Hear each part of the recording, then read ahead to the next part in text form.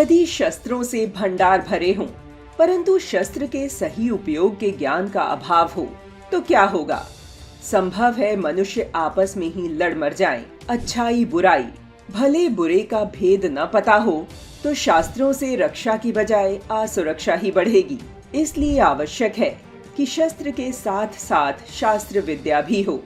विश्व के सबसे प्राचीन ग्रंथ वेदों में आदेश है कि हमें प्रचंड शस्त्रों का अवश्य ही संग्रह करना चाहिए, परंतु इसके साथ ही अपराजय चारित्रिक, मानसिक और आत्मिक बल का भी संचय करना चाहिए, जैसा अर्जुन और भगवान श्री राम ने किया था। भारत की ऐसी महान परंपरा और विरासत का संरक्षण करते हुए राष्ट्रीय स्वयंसेवक संघ भी शस्त्र और शास्त्र का अनुपालन करता है। सन 1925 में विजयदशमी वाले दिन शक्ति संपन्न सनातन राष्ट्र की संकल्पना को साकार करने के लिए राष्ट्रीय स्वयंसेवक संघ की स्थापना की थी। उस समय देश परतंत्र था, इसलिए संघ की प्रतिज्ञा में संघ के स्वयंसेवक देश को स्वतंत्र कराने का संकल्प लेते थे। स्वाधीनता के बाद यह संकल्प देश की बुराइयों को समाप्त करने का हो गया।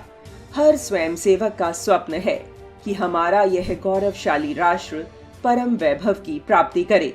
शस्त्र के सदुपयोग के लिए शास्त्र का ज्ञान होना भी जरूरी है। शस्त्र का दुरुपयोग एक ओर रावण और कंस बनाता है, तो दूसरी ओर इसका सदुपयोग राम, कृष्ण और अर्जुन को गढ़ता है।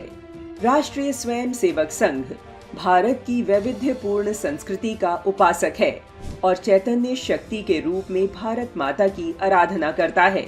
संघ के दर्शन में भारत की परंपराओं, जीवन मूल्यों, संस्कारों, धर्म संस्कृति का संरक्षण और संवर्धन करना ही हिंदुत्व है।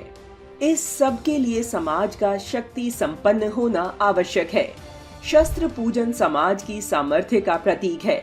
इसलिए राष्ट्रीय स्वयंसेवक संघ विजयदशमी को अपनी स्थापना दिवस के रूप में मनाने के साथ ही शस्त्र पूजन भी करता है। संघ का विचार है कि शस्त्र तो शक्ति का प्रतीक है। हमें हर आसुरी शक्ति से निपटने के लिए हिम्मत चाहिए। शक्ति पूजन का विधान भीतर की शक्ति को जागृत करना है। शस्त्र और शास्त्र की पूजा भारत के लिए कोई नई नहीं है।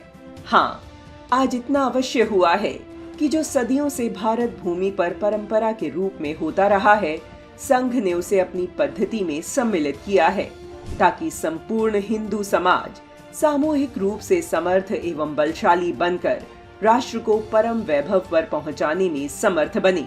इसी उद्देश्य से संघ विजयदशमी पर्व को मनाता आ रहा है।